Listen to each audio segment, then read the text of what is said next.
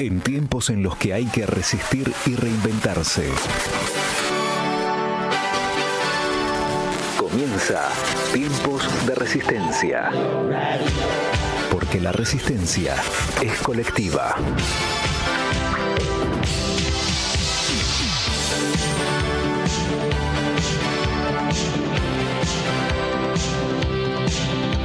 ¿Cómo están? Buenas tardes. Bienvenidos una vez más a Tiempos de Resistencia desde los estudios de Radio Con Aguante, como cada viernes a las 5 de la tarde, aunque sabemos que la mayoría nos escucha en otros horarios a través de redes sociales, así que, bueno, como decía Truman en la película, buenos días, buenas tardes y buenas noches, ¿no? Por las dudas, si no nos vemos. Bueno, acá estamos igual.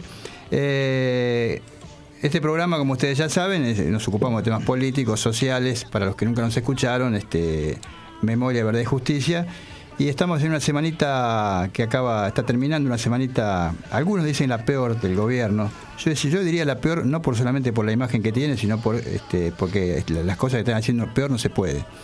Reglamentaron por decreto la reforma laboral, que recorta derechos, casi que nos llevan a la Argentina de 1880. Trabajar a prueba un año, trabajar con colaboradores en relación de dependencia, que estos colaboradores además puedan tomar colaboradores, no poder protestar en el lugar de trabajo, etcétera, etcétera. Milei se fue a tocar la campana a Estados Unidos, en la bolsa de Wall Street, mientras Córdoba se incendiaba. Acá tenemos una cordobesa en el equipo, 700.000 hectáreas rurales. Después volvió, eso sí, se disfrazó con un traje de combate, sobrevoló los incendios y se fue. No llegó ninguna ayuda, ni siquiera aterrizó para saludar a los bomberos. ¿No aterrizó? No, nunca. Estaban formados ahí en Capilla del Monte, formados todos los bomberos, esperando al lado del espacio que había. Ahora hay mucho espacio. Dejaron de pagar el fuego para saludarlo. Ir a saludarlo. Ahora, los vecinos lo estaban puteando hasta en arameo. Por eso no bajó. Los medios de comunicación muy grandes, hegemónicos de Córdoba, Cadena 13, LB12 y demás, que apoyaron a Milei, pero hasta los huesos en la campaña. Ahora están insultando. ¿No sabían, muchachos, lo que hicieron votar a la gente? No, ni aterrizó. Eso sí, tuvo tiempo después para postear una fake news, una noticia falsa, diciendo que los incendios los habían iniciado 17 militantes de la Cámpora que estaban detenidos, cosa que la justicia, en breves minutos la justicia desmintió. O sea, es tremendo. Lo de este país y lo de este presidente es tremendo. Pero no es lo más peor que dijo en la semana. No, por supuesto que no. Ni pero qué hizo. ¿Sabes qué pasa? Ya está poniendo en tela de juicio la credibilidad presidencial, porque él se olvida de que él es presidente de la nación. No puede mentir. Sí, mintió en la campaña, todos mienten en las campañas, prometen, pero el tipo realmente es lo que pasa es que su ídolo es Niemen, y que era un gran mentiroso también. Sí, pero no con esa cosa. Mienten un pero una poquito. cosa es mentir en promesas que vas a hacer y otra cosa es mentir en cosas de la realidad. Mentir de que la Cámpora había iniciado los incendios. Yo no tengo nada que ver con la Cámpora, pero era disparatado y después, en minutos la justicia lo desmintió. Ni eran 17 los detenidos, creo que eran 10 y no eran de la Cámpora. Ninguno tenía afiliación política a ningún partido ni a ninguna organización. En fin, vamos a empezar porque tenemos hoy dos invitados previstos, uno para hablar de temas internacionales y otro justamente para hablar del tema de los incendios. Patricia Machado, ¿cómo te va, Patricia? Muy bien. Acá vos sos la cordobesa del grupo. Sí, no, de mentira que me va muy bien, no, nada. 70.000 hectáreas. Bueno, en fin. Miguel Ángel Calabozo, ¿cómo le va? Todo bien, todo bien. Y Mariana Mensulio, ¿cómo estás? Buenas tardes a todos y todas. Bueno, en esta semanita que, como ya hemos dicho, ha tenido de todo, vamos a estar hablando dentro de un ratito de otra de las cosas que hizo Milei, otro disparate. El discurso en la ONU, ¿no? Donde dijo cosas como, por ejemplo, que Argentina abandona su tradicional neutralidad. Y lo dice en un momento que estamos al borde de una guerra con armas que ya se empiezan a hacer cada vez más nombradas, otra vez armas atómicas. Sí, bueno, pero son con pocos megatones, son armas, pero estamos al borde, como si eso fuera consuelo, ¿no? Son con pocos megatones. Sí. Y en dos frentes estamos diferentes. Israel que está cometiendo un genocidio. Sí. Y bueno, estamos del lado de ellos nosotros ahora. Bueno, a eso me refiero, ¿no? Y cuando estás del lado de ellos, ya sabemos lo que pasó en los 90, ¿no? En la Embajada de Israel, en la AMIA. Y la otra es en Ucrania. Y el tipo va a la ONU, en fin, y dice eso. Y después vamos a estar hablando con una especialista en el tema, sobre el tema de los incendios en Córdoba. Así que vamos a hablar de varias cosas que están pasando después, al final. Y le voy a saludar allá a nuestro operador, Guillermo Guerra, que está ahí detrás del vidrio, como siempre. Había una canción que llamaba así, detrás de un vidrio, ¿no? Detrás de los quistrales llueve y llueve, era de Serrat. No, yo digo lo de Sumo, yo no soy de la banda de Serrat, yo soy de la banda de Sumo, discúlpeme, claro. Una mujer sí. detrás de un vidrio empañado, ¿te acuerdas? Sí, una mujer. Es así. Y también está por ahí Marcos Delgado, el productor general de la radio, al cual también le agradecemos todo lo que hace cada viernes para que esto salga bien al aire. Y Guille, si tenés por ahí la cortina de las 5 noticias de la semana, las más importantes a juicio nuestro, vamos con eso.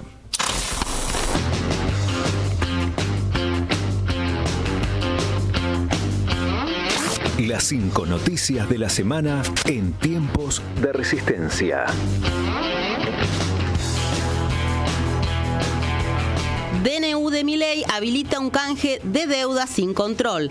Desesperado por el fracaso de sus gestiones para conseguir financiamiento externo, el gobierno se autohabilitó por decreto de necesidad y urgencia para emitir una nueva deuda, empoderando las condiciones ya vigentes y sin pasar por el Congreso.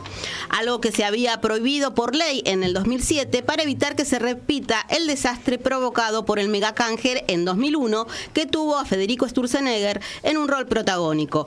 El paralelismo entre la situación que se está generando hoy y el escenario de 2001 es muy alto. Perdidos en el fuego, entre leyes, presupuestos e intereses. El ecocidio de Córdoba y las numerosas pérdidas materiales por los incendios conmocionan al país, pero mientras el fuego arrasaba a la provincia, el presidente Milei se encontraba de viaje en Nueva York y negaba el cambio climático frente a las Naciones Unidas. Como todos los años, en agosto comienza el proceso incendiario en Córdoba, pero esta vez, además de las cuestiones climáticas, se sumaron factores políticos y presupuestarios que hicieron que el fuego arrasara con aproximadamente 70.000 hectáreas en lo que va del año. Aerolíneas Argentinas, la privatización avanza. Sin tener los votos asegurados en el Congreso, con el supuesto déficit como argumento y el ataque a los gremios como excusa, el presidente Milei firmará la semana próxima un decreto que va a declarar a la empresa Aerolíneas Argentinas sujeta a privatización, como lo habilita la ley de reforma del Estado, incluido en el DNU que aún sigue vigente. Trabajadores cero, Sturzenegger 1. Con ahínco y dedicación, el ministro de Desregulación, Federico Sturzenegger, reglamentó la flexibilización laboral incluida en la ley Bases. El articulado abre un blanqueo para los empresarios que no declararon a sus trabajadores y habilita la ampliación de periodo de prueba que puede ser de hasta un año. También crea la figura del trabajador independiente que no tendrá empleados sino colaboradores e implementa el sistema de fondo de cese laboral que podrá reemplazar a las indemnizaciones. Un león creando pobres. El INDEC publicó el jueves su informe sobre la incidencia de la pobreza y la indigencia referido al primer semestre de 2024. Los datos duros revelan que más de la mitad del país, un 52,9%, es pobre, mientras que una de cada 5 personas, el 18,1%, es indigente. Desde el gobierno apuntaron contra el populismo por agravar la situación de las personas más vulnerables en los últimos años. Hay que aprender a resistir, ni a irse ni a quedarse, a resistir, aunque es seguro que habrá más penas y olvido. Juan Gelman.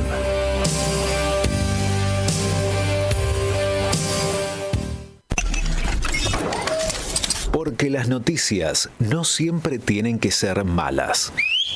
¡Extra, extra! ¡Por fin buenas noticias, extra! Escucha Mundo Boletín de último minuto, transmitiendo Redimidos Squad con mucho gusto en este planeta donde reina la malicia, aunque no lo creas. Tengo buenas noticias. La buena noticia de la semana en tiempos de resistencia. Yo tengo más. Buenas noticias para ti, yo tengo. Buenas noticias para ti, yo tengo. Buenas noticias para ti, yo tengo.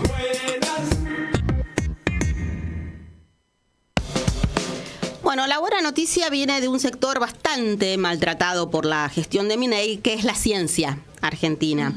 Y una medalla que obtuvo un una creación del CONICET de Córdoba, Universidad Nacional de Cuyo y el Laboratorio Química Luar, que es cordobés precisamente. Mirá, qué bueno. Y crearon un ibuprofeno modificado.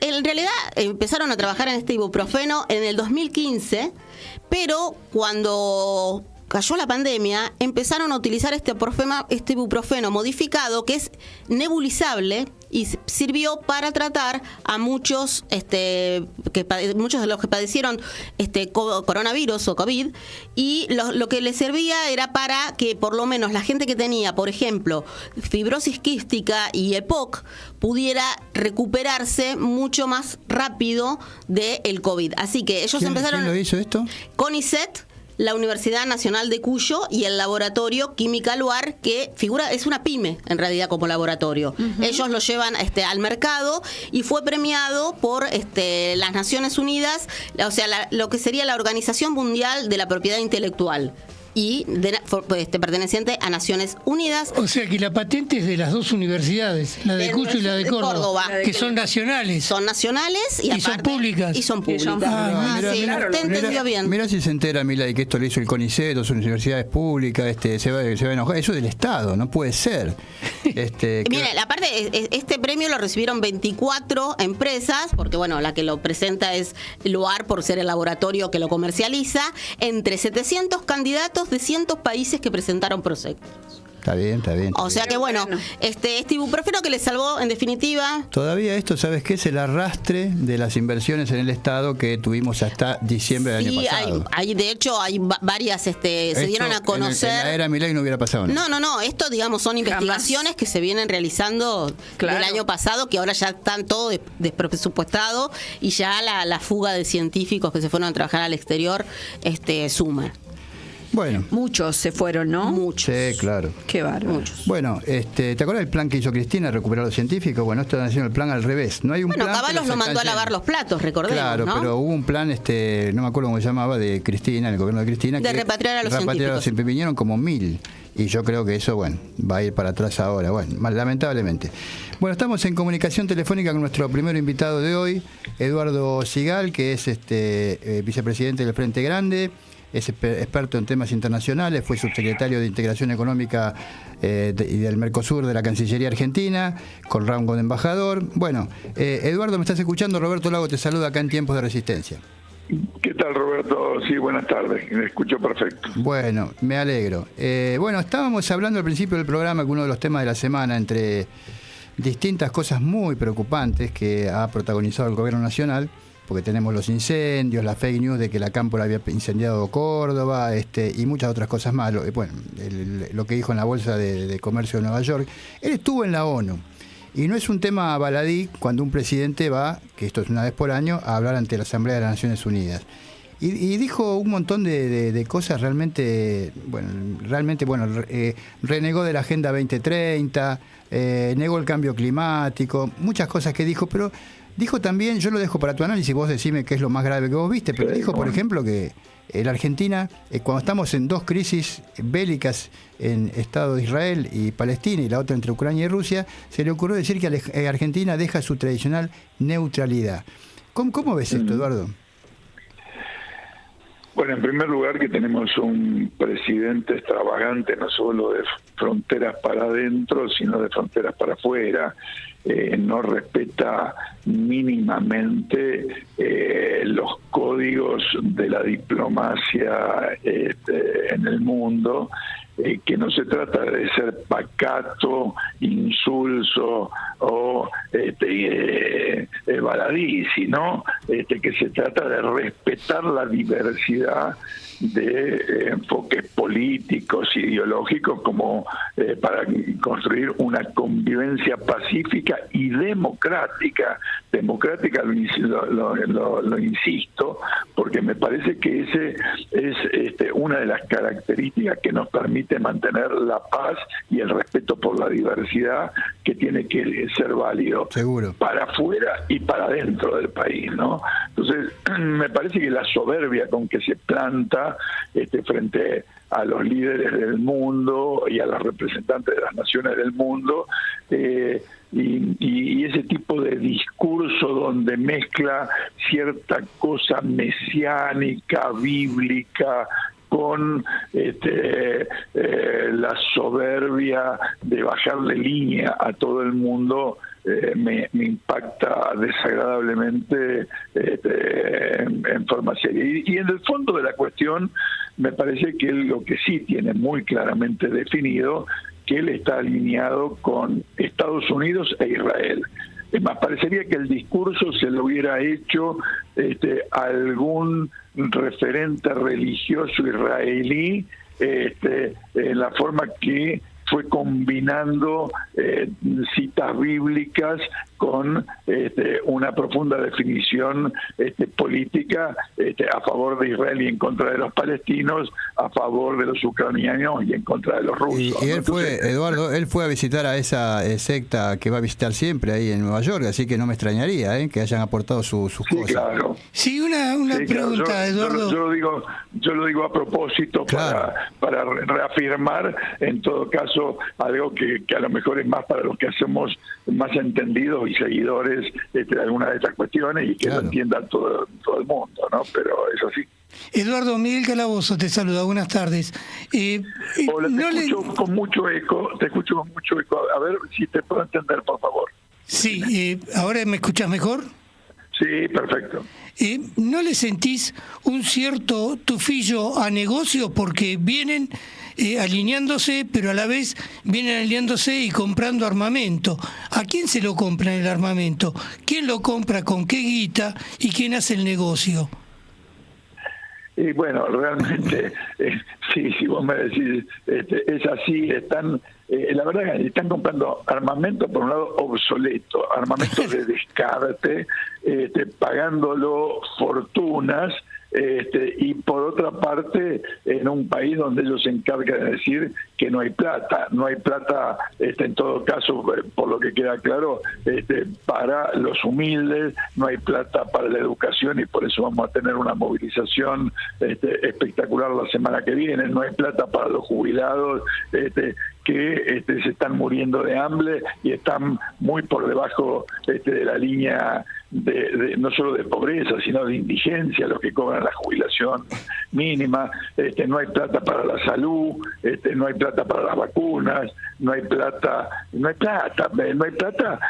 para los que necesitan, hay plata en todo caso para los ricos y los poderosos en la Argentina de Milei. Y para la CIDE, ¿no? Para los 100 millones de dólares para la CIDE, para todas esas cosas. Claro que dignamente la Cámara de Diputados y Senadores le rechazaron el DNU por primera vez, un tiro para el lado de la justicia, digamos. En ese sentido me parece que es importante, pero ahí es donde se demuestra esta pregunta que me hacían ustedes: plata para armamentos y plata para la CIDE, plata para la represión, plata para los gases, para los jubilados.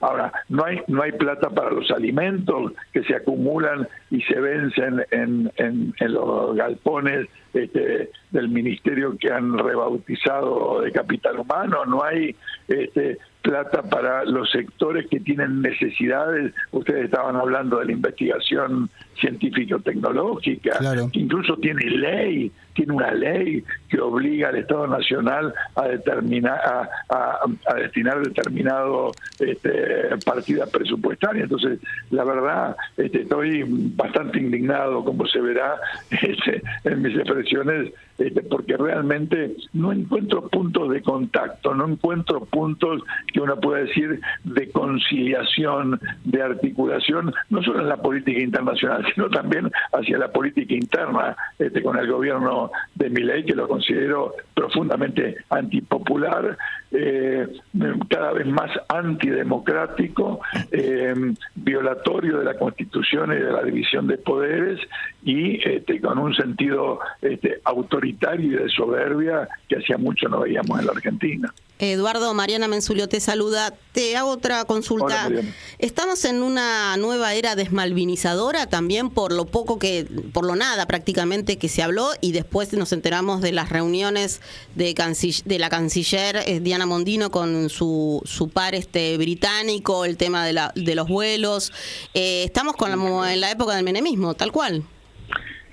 Sí, hay un proceso de desmalvinización y un intento de desmalvinización de la Argentina que encuentra a veces algunos momentos de reacción importante. Vamos al tema institucional. En el día de ayer ocurrió en la Cámara de Diputados, sí. Se firmaba, hubo una reunión de la Comisión de Amistad Argentina y Gran Bretaña, participó la embajadora y cuando una diputada quiso ir a la foto con una remera con la imagen de las Islas Malvinas, sus propios, digamos, ante una protesta de la embajadora inglesa, sus propios pacatos compañeros de distintos bloques, no por supuesto los de Unión por la Patria, trataron de convencerla de que no salga en la foto. Es más, se llegó a una situación ridícula donde se sacaron una foto los argentinos admitiendo que ya tenga la bandera, el dibujo de las Malvinas en su remera, y le pidieron que se fuera cuando se iban a sacar la foto con la embajadora de Gran Bretaña. La verdad es indignante, es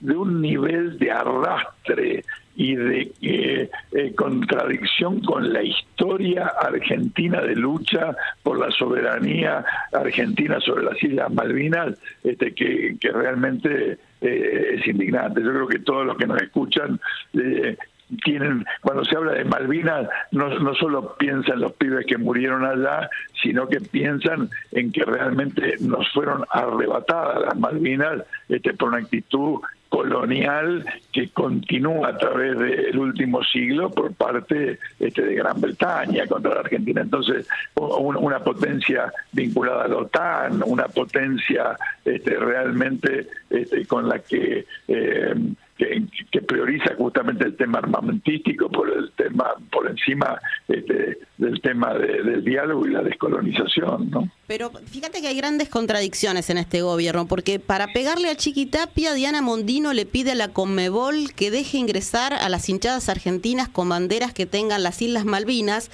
y primero hace eso, y después, con tal de pegarle a un enemigo que ellos crearon por el tema de las sociedades anónimas deportivas, tienen esta contradicción. En las canchas sí, pero esta es medio... No, y mientras tanto autoriza la reanudación de los vuelos a Claro, Malvinas, es como medio esquizofrénico todo. Claro, sin pedir nada a cambio. Evidentemente los que precisan los vuelos son la gente que vive en Malvinas, los Kelper. Lógico. Y se les autoriza de nuevo sin pedirle nada a cambio.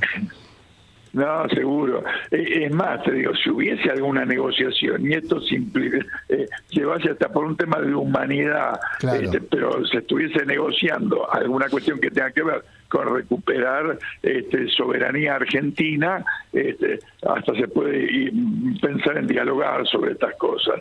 Ahora, la forma que lo encaran es de sumisión y de entrega, digamos. Es una combinación de estas dos cuestiones. Y la verdad que eso es coherente con la política que están desarrollando desde el punto de vista internacional. Me derivé a esto, pero alejar a la Argentina de los BRICS, que son los países en desarrollo, alejar a Argentina de su sociedad estratégica con Brasil, son dos pautas de un cambio sustantivo de la política internacional argentina desde que se recuperó la democracia hasta ahora.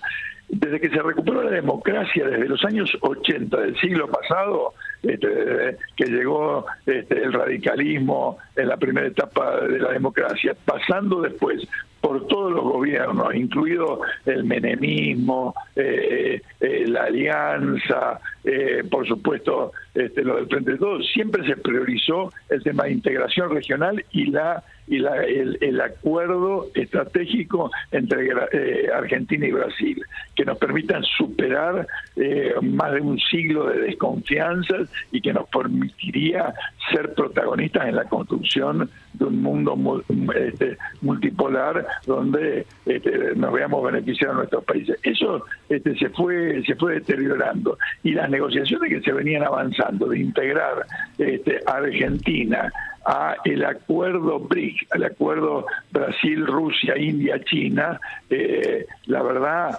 el haber renunciado como una de las primeras medidas que tomó este gobierno es realmente querer ponernos de rodillas y en calidad de colonia más que de una nación y de una región parte de una región independiente. Jauretche diría cipallismo puro, ¿verdad? Aparte, totalmente. Aparte salir de la multipolaridad y entrar a la bipolaridad, volvemos a los años 50. Planteamos de nuevo la Guerra Fría. El tema es que vamos... Escucho. El tema me parece a mí, sin ánimo de saber demasiado, que vamos a aportar sangre y carne argentina de cañón, porque vamos a entrar en conflictos, y siempre los que fueron al frente en esos conflictos, apoyando las medidas de los países centrales, fueron carne de cañón, son los que primero marchan a la muerte. Sí, lo que pasa, sabes que, a ver, no hay que confundirse. Ese mundo imaginario bipolar del presidente Milei entre un Estados Unidos que cada vez es una potencia más decadente para la humanidad, y un supuesto socialismo que en su momento lo representaba Rusia y los países del este, no existe más. No existe más. Lo que existe ahora es una potencia decadente como Estados Unidos, digo decadente en el sentido que está dejando su lugar de principal potencia del mundo, con una China ascendente, con una Rusia que tiene su protagonismo, con India que cada vez es más protagonista, para mencionar solamente algunos de los países que en el mundo se están transformando en actores principales, lo mismo que podría considerar la Unión Europea, más allá de las dificultades que pueda estar atravesando en ese proceso de unificación. Entonces, retrotraer una discusión que se venía superando desde 1990 a esta parte no es mirar el mundo del presente y del futuro, es mirar con los ojos en la nuca para el pasado y creer que esa realidad se está repitiendo en la actualidad. Me parece que eso es lo que está haciendo que estén cada vez más aislados y que sus propios objetivos económicos y políticos no puedan funcionar como ellos imaginaban. Perdón, Eduardo, Patricia Machado le habla. ¿Qué tal, Patricia? ¿Qué tal? Teniendo en cuenta, y esto no creo que a nadie le quepa la menor duda de que este ha sido el gobierno que más daño ha hecho a la Argentina y a los argentinos, ¿qué reflexión le merece a usted que en una Argentina que siempre ha sido tan digna, digo, en el sentido de tan digna, en el sentido de defender sus derechos? Nosotros hemos sido un país muy, en ese sentido, muy peleador o muy que salía al frente, ¿no? Siempre. Entonces, ¿qué reflexión le merece que en este momento sean los jubilados, digamos, como el sujeto más activo, y que tampoco se vean grandes, tampoco veamos que son otras organizaciones o ya sea sindicales o de otro tipo, que digamos que salgamos más al frente para defender todo lo que nos está pasando, que es mucho, demasiado, diría yo. Bueno, hay muchos conceptos en lo que vos decís y en general comparto el sentido de la preocupación. Mira, este gobierno en los casi 10 meses que lleva, ya perdí la cuenta, sí, casi 10 meses de gobierno, realmente en los niveles de destrucción del trabajo, del sistema productivo, el achicamiento que se percibe en los datos oficiales que da el INDEC, quizás no tenga antecedentes en la historia económica y política de la Argentina, y por lo tanto el sufrimiento de los sectores populares es enorme. Estamos llegando a niveles increíbles, casi el 60% de la gente por debajo de la línea de pobreza, una indigencia espantosa, 70% casi de los chicos que están por debajo de la línea de pobreza. Es realmente dramático. ¿Qué es lo que nos pasa a los argentinos? Yo creo que estaban muy descontentos de haber transitado 40 años de democracia y que no se hayan resuelto el imaginario que cada argentino tiene en su cabeza de un país mejor, donde el trabajo dignifique, donde la educación, la salud y la justicia funcionen, y donde el Estado sea un regulador entre los que tienen mucho y los que menos tienen. En realidad acá los que tienen mucho se han venido enriqueciendo, la mayoría populares se han venido empobreciendo, como decíamos con los datos, y por lo tanto la gente reaccionó contra la política y los políticos, entre los cuales por supuesto yo soy parte, reaccionó en una forma de rechazo de lo conocido y de apostando a una aventura que terminó siendo el viva la libertad carajo, que nos está terminando de hundir a por lo menos los sectores más humildes de la Argentina.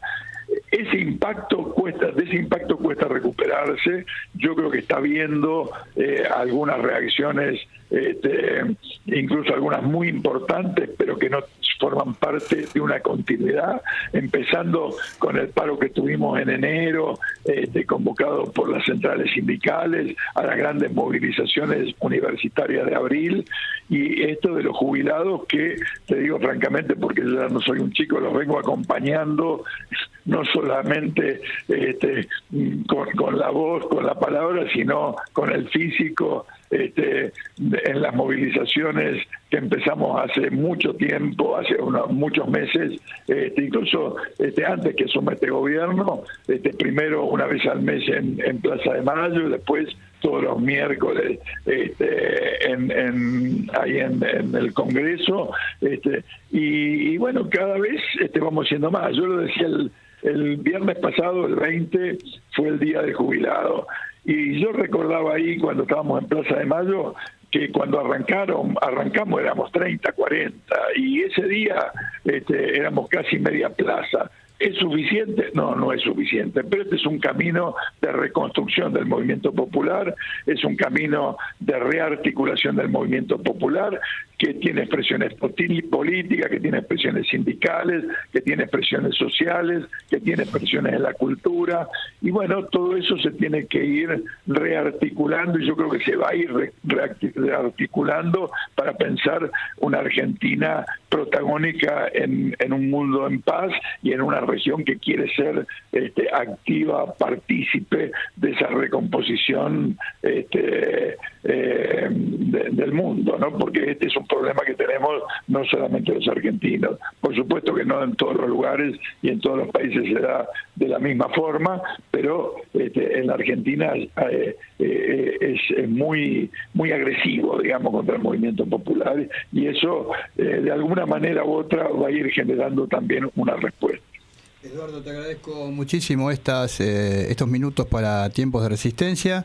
Te mando un fuerte abrazo y bueno, nos comprometemos para una próxima vez para seguir hablando de estos temas que son de política internacional, pero que definen el rumbo del país también. Así que te mandamos un fuerte abrazo de acá y muchas gracias. Gracias, muy amable. Hasta luego. Bueno, era Eduardo Sigal, ex funcionario de la Cancillería en su momento, fue subsecretario de Integración Americana del Mercosur, vicepresidente actual del Frente Grande, un partido que integra Unión por la Patria, ex legislador, fue legislador por la provincia de Buenos Aires, una persona con mucho conocimiento de política internacional y estas situaciones en las que nos mete la presidencia de Javier Milei como país y que realmente nos dejan sorprendidos. Te voy a pedir a Guillermo un separador y enseguida, en unos segundos, seguimos. Tiempos de resistencia, porque la resistencia es colectiva.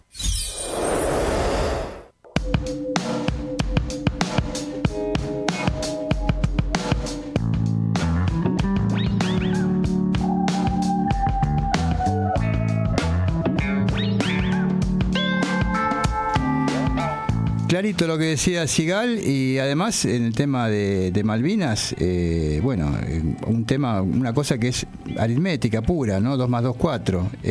Argentina siempre está en Naciones Unidas apoyando con equilibrio y haciendo tratando de ser moderado la causa palestina, por lo menos el tema de la existencia del Estado palestino. Acá en Argentina hace muchos años, creo que en la década del 90, empezó a reconocer a un embajador de Palestina. Fue el gobierno de Cristina Fernández de Kirchner el que finalmente lo aceptó. Lo acepta como empezó Estado. Con Carlos Menem, empezó a funcionar acá, pero no tenía el reconocimiento oficial, y después con Cristina lo tuvo. Sí, sí.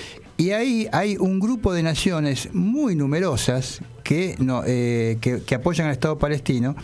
La existencia del Estado palestino, no apoyan algo en contra de Israel. La existencia del Estado palestino, los derechos de los palestinos, que después nos votan por la causa Malvinas, a favor. Sí. Entonces estamos rompiendo con el esquema de Naciones Unidas, que después nos vota a favor de nuestros derechos en Malvinas, ¿no? Milei acusa a la ONU de estar ideologizada. Sí. Él también está ideologizado. A ver, pero ellos son comunistas, socialistas.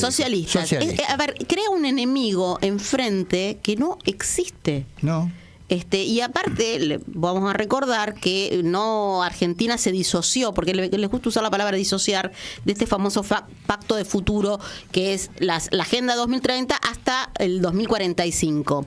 Y el que se queja tanto de Rusia, de Venezuela, de China, de Corea del Norte, son países que no firmaron el acuerdo, o sea que en algo está de acuerdo. Claro, con ellos, claro. Está en el mismo bando de los que dice combatir después. Claro, esas cosas que nos pasan. En fin, bueno, vamos ya a la segunda entrevista de hoy. Se trata de Maristela Svampa.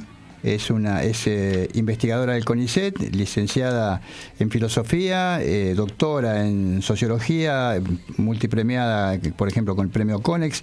Es larguísimo el currículum de Maristela Svampa, y a la cual queremos hablar, entre otras cosas, del tema de lo que está pasando con los incendios en Córdoba. Maristela, Roberto Lago y todo el equipo acá de Tiempo de Resistencia te saluda. Hola, buenas tardes, ¿cómo les va? Bien, muy bien. Bueno, arrancamos con la cortina, Guille, y empezamos con las preguntas. El cuidado del medio ambiente es una responsabilidad compartida. Nuestra relación con la naturaleza en tiempos de resistencia. Pachamama, madre tierra, madre de todos los sabores. Pachamama, madre tierra, madre... Bueno, una de las cuestiones que también quería... soy Patricia Machado Maristela, bienvenida. ¿Qué tal, Patricia? ¿Qué tal? ¿Cómo estás? Una de las cuestiones que también quería decir es que Maristela hace muchísimo tiempo que se viene ocupando de todos estos temas, del extractivismo, y que tiene una cantidad grande de libros y cuestiones escritas sobre el tema, ¿no? Una de las preguntas que te haría, las primeras preguntas, Maristela, es esta de que, bueno, alrededor de estos incendios que ahora desgraciadamente son de Córdoba, pero que se han hecho en varios lugares, hay muchas personas, mucha población que algunos aseguran que son accidentales, intencionales, digamos, o por el y también que se prenden solos, ¿no? Sí. Y bueno, y hay otra mucha cantidad también de gente que cree que atrás de esto hay una intencionalidad que tiene que ver con un beneficio económico. ¿Qué nos podés decir de esto en este caso? Bueno, hay que decir en primer lugar que los incendios, ¿no?, forman parte de estos eventos extremos que estamos sufriendo a raíz de la crisis climática en todo el mundo. Vean que además en toda la región amazónica, ¿no?, la Amazonía brasileña, en Paraguay, en Bolivia, inclusive ahora en Ecuador hay grandes incendios forestales. Estos incendios, cuando decimos que se debe en primer lugar a la crisis climática, no quiere decir que son desastres naturales.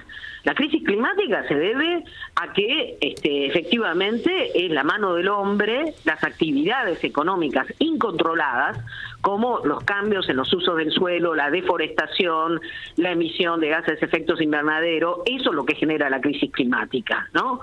Entonces, los mega incendios de sexta generación que se llaman son ahora parte de esta era de los colapsos climáticos localizados, ¿no?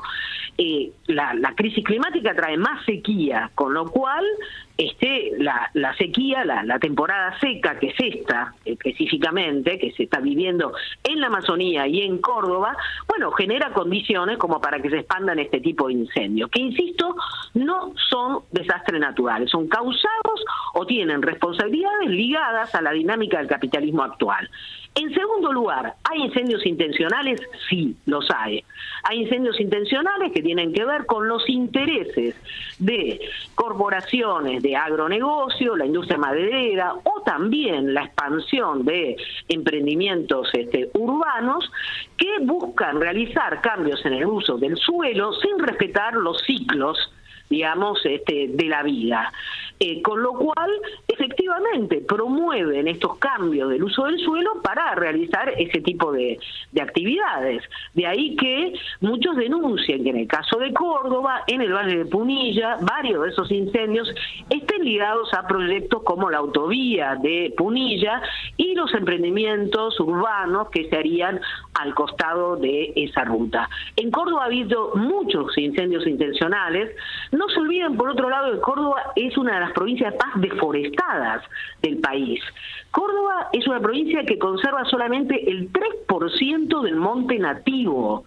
Escuchen bien, sí. 3% del monte nativo, con lo cual, efectivamente, ¿no?, en temporada seca, los incendios son cada vez más frecuentes, ¿no?, y van devastando cada vez más los ecosistemas. En el Valle de Punilla era uno de los pocos ecosistemas más biodiversos de la provincia que todavía estaban en pie y que está siendo destruido por el fuego. Así que es una combinación de ambas cosas, Patricia, yo te diría, pero a condición de no entender o no explicar el cambio climático como si fuera un mero desastre natural. No, claro. Detrás de eso está la dinámica del capitalismo actual. Claro, es lo mismo. Para mí lo que pasa con el fuego, exactamente lo que decías vos, es lo mismo. Son las dos cuestiones, pero yo creo más en la mano del hombre que en otra cuestión. Te digo porque, por ejemplo, en el diario apareció como que han detenido a alguien que andaba con un encendedor encendiendo el fuego. Seguramente ese alguien no es un loquito suelto, digo yo, ¿no? Ese alguien... A ver, yo creo que están las dos cosas, insisto, pero además de eso, lo que está sucediendo en Córdoba es de otro calibre también. Y es el hecho de que hay una tensión muy grande entre lo que está haciendo la CETAC y lo que están haciendo las brigadas forestales. Y explico esto. La CETAC es un grupo de élite que anticatástrofe que se creó en el año 2020 y que tiene una estrategia para cortar el fuego que es bastante discutible, que consiste en encender los fuegos y no controlarlos. En época de altas temperaturas y con viento no se recomienda hacer esos contrafuegos.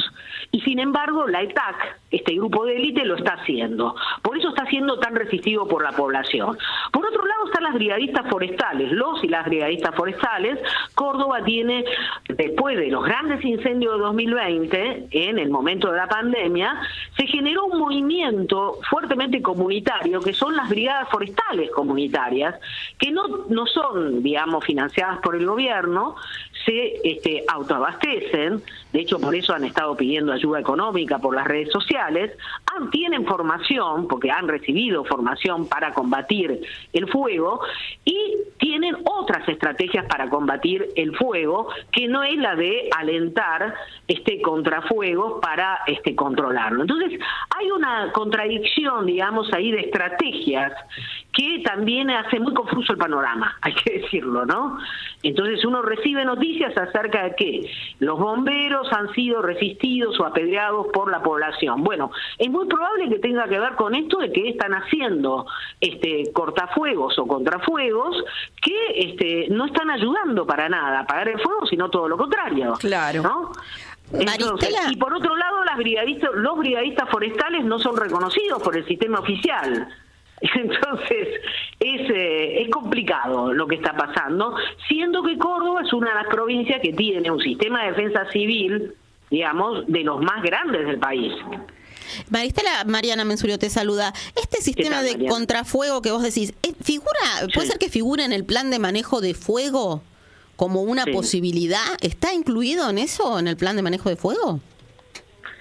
Mira, yo la verdad que ignoro si está incluido o no en la ley, porque, a ver, una cosa es la ley que se sancionó en el año 2012, que es una muy buena ley, que fue modificada en el año 2020, la ley de manejo del fuego, la cual, con la modificación en 2020, prohíbe la reutilización de los territorios o los ecosistemas devastados, sea por incendios intencionales o accidentales, prohíbe construir o desarrollar otro tipo de actividad económica por 30 años, ¿no? Que es eso lo que quiere suprimir mi ley.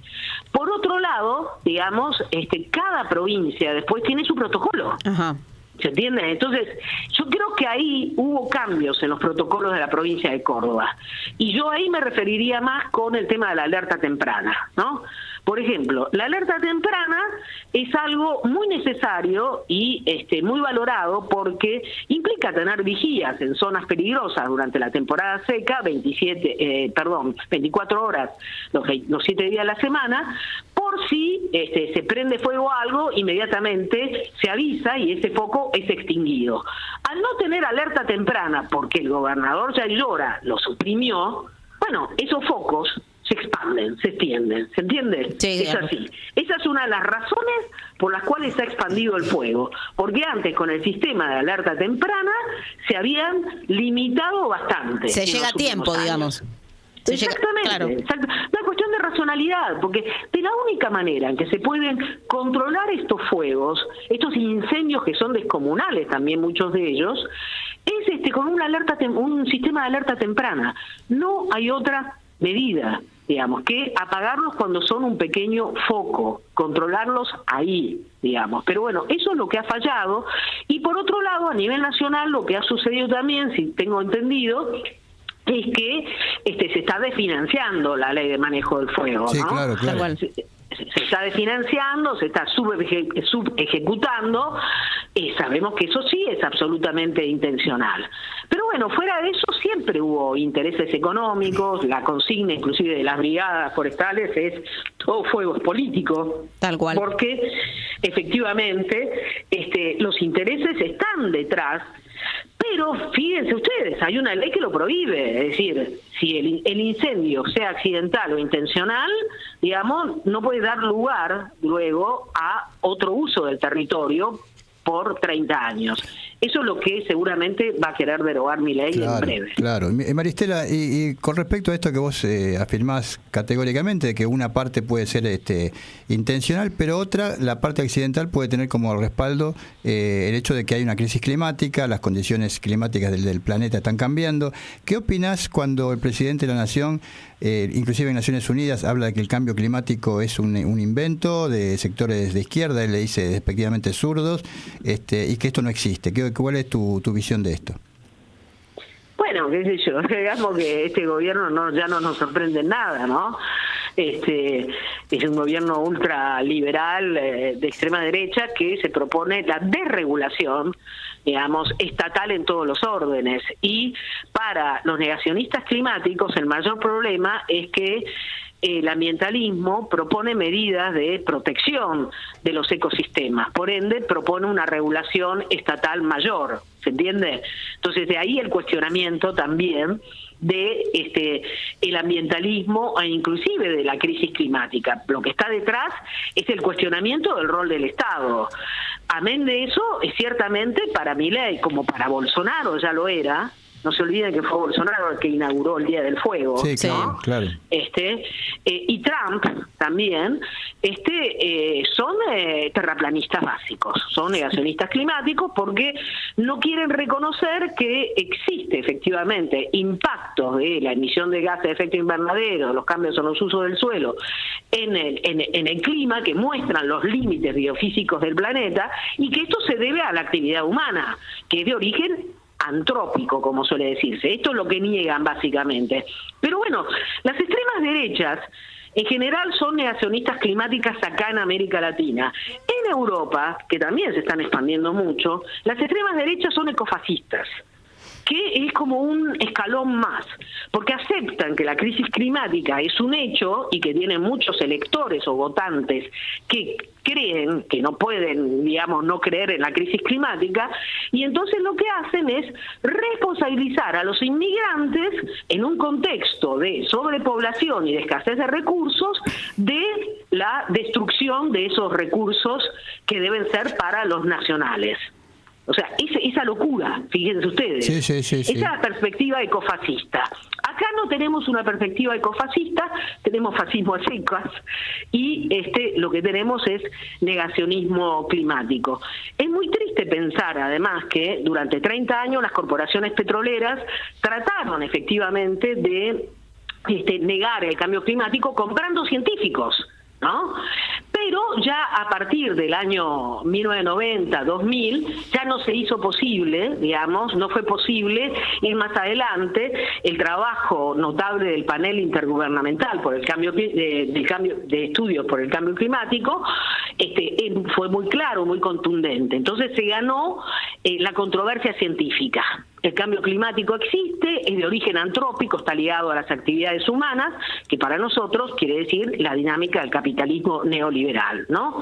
Pero fíjense ustedes que cuando ganó la contienda en el campo científico, esta saltó al campo político. Y de ahí en más empezamos a encontrar a las ultraderechas que se apropian del discurso negacionista, ¿no? Y lo colocan en la agenda en términos de políticas públicas, porque esto tiene una traducción en términos de políticas públicas. Claro, sobre todo cuando un Estado quiere bajar todos los gastos, recortar todo y todo lo demás. Exactamente, y además no adhiere a ninguna agenda internacional, ni el Acuerdo de París, ni la Agenda 2030, ni ahora el Pacto por el Futuro que firmaron allá en Nueva York, y sobre todo no toman ninguna medida que tiene que ver con los impactos de estos colapsos localizados, que son cada vez más frecuentes, porque hoy hablamos de los incendios, pero hace unos meses hablábamos de esos vientos huracanados que arrasaron Bahía Blanca, que destruyeron varias viviendas y murieron 3 personas, y recuerden ustedes, llegó inclusive hasta Buenos Aires, donde arrancó Árbalos. Cuando fue Milei a decirle que estaba con ellos, los apoyaba, pero que se tenían que arreglar solos, más o menos eso. Exactamente. O piensen ustedes en las inundaciones en Río Grande do Sul. Claro. ¿No? Bueno, eso es lo que estamos viviendo cada vez más y se van a multiplicar. Y si no desarrollamos políticas públicas de prevención en términos de infraestructura y de salud, bueno, agárrense porque esto va a ser tremendo en términos de impactos. Maristela, apelando a tu poder de síntesis, te dejamos la última pregunta que la tiene Patricia acá. Sí, Maristela, sé que hace muy poquito, el 27 de agosto del 2024, al director de Protección Civil de la provincia de Córdoba se lo ha penado con cadena perpetua. ¿Sí? ¿Eso es así? A ver, vos estás hablando del ex director de Defensa Civil, Diego Concha, que fue efectivamente fue condenado por abuso sexual. Y estaba a cargo... él estaba a cargo de todo el sistema de defensa civil de Córdoba durante años y violó a una bombera que hoy en día es reivindicada por la cantidad de mujeres brigadistas forestales comunitarias que hay en Córdoba, entre ellas el colectivo Las Fuegas. Las Fuegas, que en otro momento, María Estela, queremos que vengas para que nos hables específicamente de Las Fuegas. Que me parece maravilloso. Escuchen el podcast que se llama Todas las Fuegas el Fuego, que se puede encontrar en Spotify, y que efectivamente es una entrevista y un relato tejido con las voces de estas brigadistas forestales, estas mujeres que entran y salen del fuego creando comunidad. Bárbaro, María Estela, muchas gracias. María Estela, te agradecemos muchísimo por estos minutos para Tiempos de Resistencia aquí en Radio Con Aguante, y bueno, este tema es un tema que vamos a seguir, así que te comprometemos más adelante para volver a consultarte. Muchísimas gracias. De nada, hasta luego entonces, saludos a todos. Gracias, muchas gracias. Maristela. Bueno, era Maristela Vampa, investigadora superior del CONICET, licenciada en filosofía, doctora en sociología, con múltiples premios, y una investigadora preocupada por lo que estaba pasando en el tema climático y concretamente los incendios en Córdoba.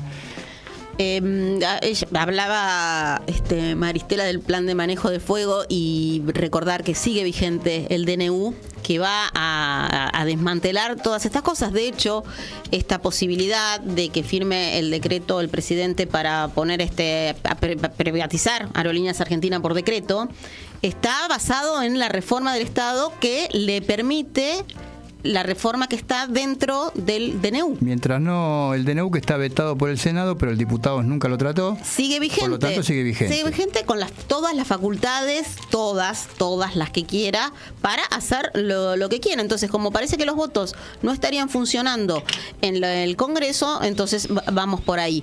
Y hablando del Congreso, convocar a la marcha para el miércoles 2 de septiembre, 2 de octubre. 2 de octubre. El miércoles que viene, para hablar tenemos que hablar del financiamiento universitario. Se les ofreció un 5,8%, que en realidad te lo venden como 6,8 porque le suman ese unito que le habían dado a los docentes universitarios, y los no docentes también lo rechazaron. Así que bueno, se espera que sea una manifestación grande como la que fue en abril, convocada por la CGT, CGT no dialoguista. Vamos a tener que empezar a aclararlo de ahora en más, porque hay dos CGT en definitiva. La que negocia algunas cosas con el gobierno, con Daer, los viejos gordos, como se les decía en una época, y la parte de Pablo Moyano, que están armando con los gremios del transporte un gran paro nacional para el 17 de octubre, para y las dos CTA. Y la unificación de las dos CTA.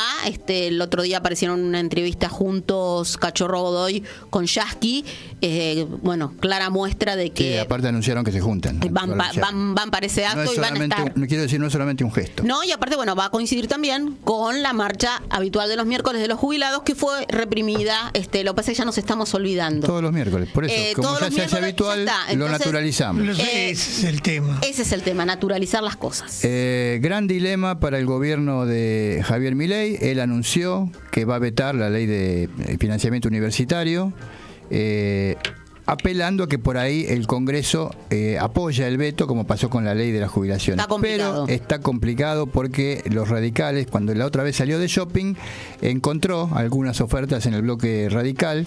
Esta vez parece que está complicado. Uno sabe que tratándose del bloque radical y otros que andan por ahí, siempre pueden estar en oferta para... Es barato el bloque radical, últimamente. Es barato. ¿Te acuerdas un chiste que salió por las redes sociales que iban a reemplazar a los ratones de laboratorio por diputados radicales? Porque decía que con los ratones te puedes llegar a encariñar, con los diputados radicales no. Los diputados radicales son más baratos que las ratas, y encima las ratas hay cosas que ni ellas lo harían, los diputados radicales sí.